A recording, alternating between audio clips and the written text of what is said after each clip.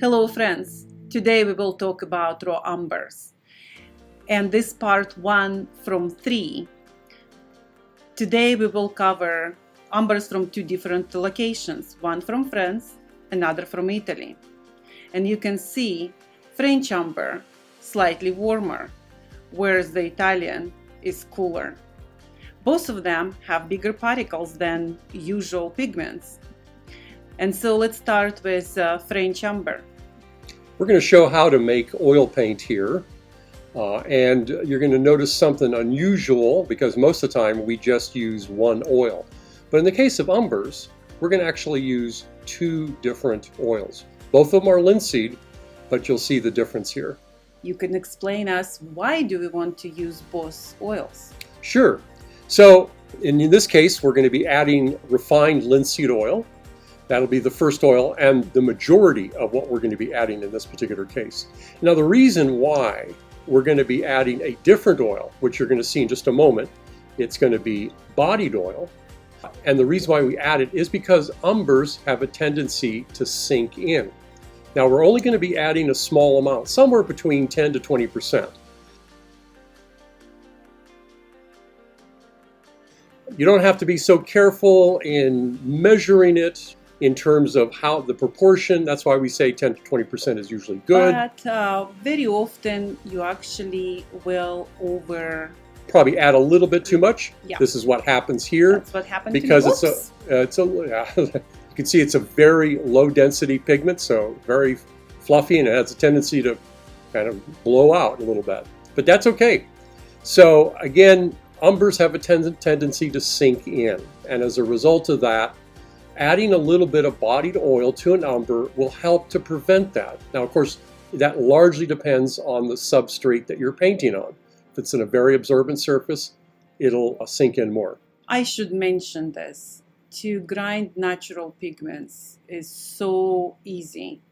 I probably spend less than 3 minutes just grinding. And you can see slightly difference only because the bodied oil gave this glossy appearance. You can see a little bit of oil separation in this case, only because we don't use additives in Rublev colors.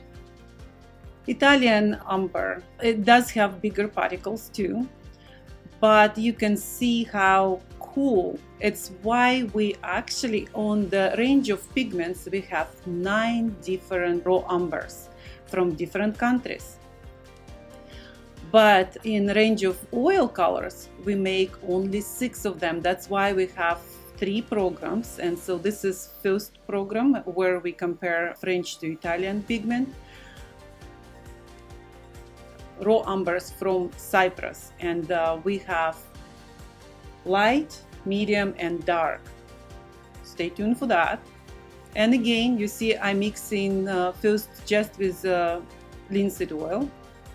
Umbers usually take more oil than other pigments, and again I probably overshoot with this one. And you can see that does have a tendency to soak up or absorb more oil than some of the other pigments do. It's an outlier in that respect, and typical, and probably why it has a propensity to sink in, mainly because most umbers have a clay content, which may or may not be in some of the ochres, at least to the same extent.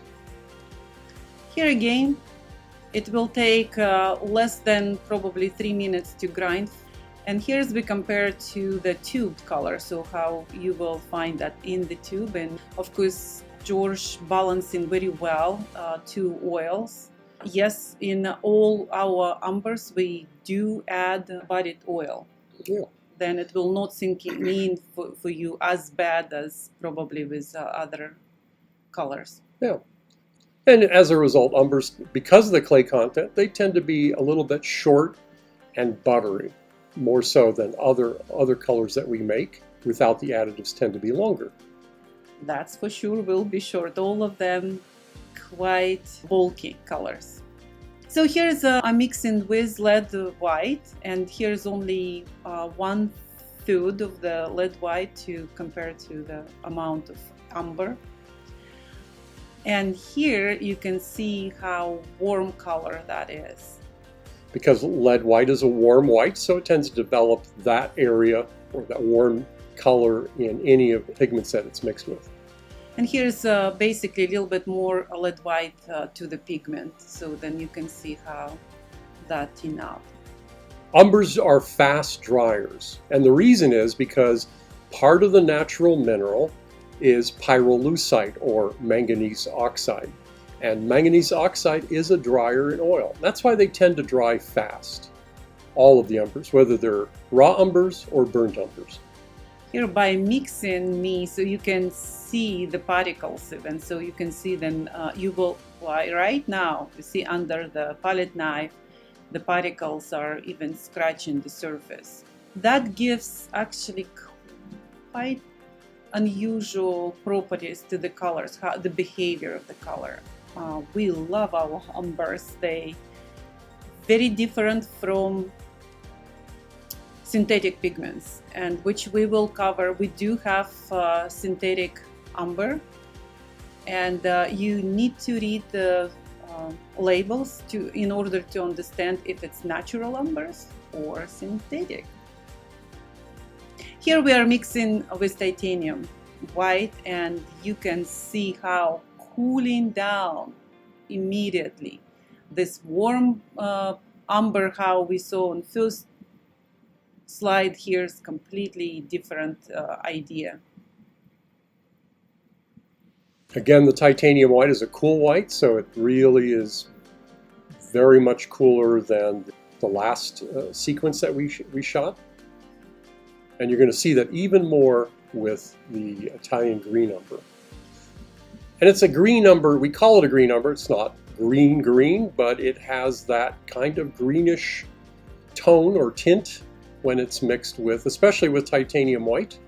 When we were choosing colors, because it doesn't make any sense for us to make all 9 colors, 9 pigments what we have in raw umbers, because some of them slight they're very similar to other ones. Yeah. Although they're different in other aspects like transparency. So it's and why things we like choose what we choose 6 colors to make the oils. They are all different, and so the Italian green umber was a very cool one compared to all others. You can see comparison now. Lead white at the top and the titanium white mixtures at the bottom. So what a difference of the white.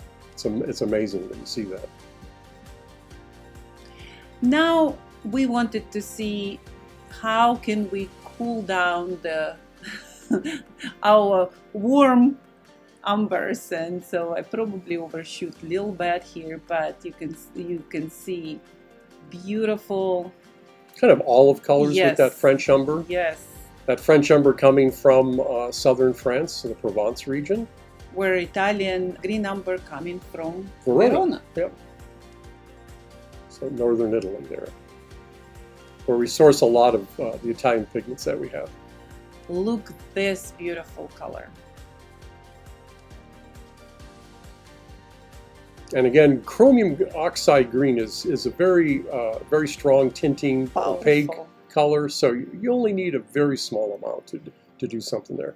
Now I wanted to mix with white, so then you can see amazing grays.